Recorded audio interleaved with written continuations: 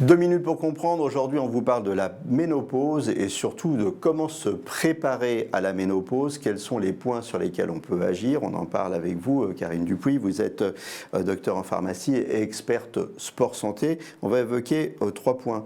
La prise de poids, l'incontinence et l'apparence générale. Ben oui, Jean-Claude, c'est vrai qu'il faut parler, on parle de la ménopause, mais on ne parle pas de la période de périménopause, c'est-à-dire la période avant. Et cette période, elle est fondamentale pour pouvoir agir correctement sur soi. Alors, comment? Vous allez me dire, bah déjà, en faisant bien évidemment de l'activité physique adaptée en fonction de votre condition physique, ça c'est très important, en faisant tout un tas d'exercices de renforcement musculaire et notamment des muscles profonds. Vous savez à quel point j'adore les muscles profonds, notamment avec des activités comme le pilate, comme le yoga, voilà, qui sont complémentaires d'autres activités physiques.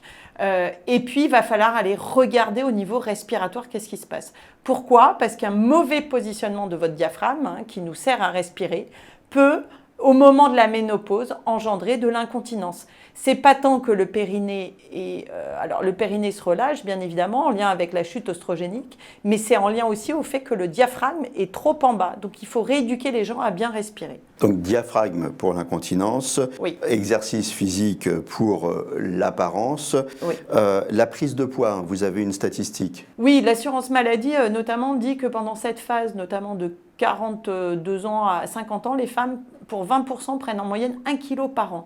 Donc, vous voyez la nécessité, en tout cas, de se bouger au quotidien et de limiter la sédentarité, c'est-à-dire le temps assis, parce que c'est en lien avec ça. Voilà, la ménopause, ça se prépare, si on veut l'aborder, et ça se prépare longtemps à l'avance, si on veut bien la vivre. Merci pour ces conseils, Karine. Nos émissions vous plaisent, alors aidez-nous à faire grandir la chaîne pour parler santé au plus grand nombre. Partagez, likez, abonnez-vous.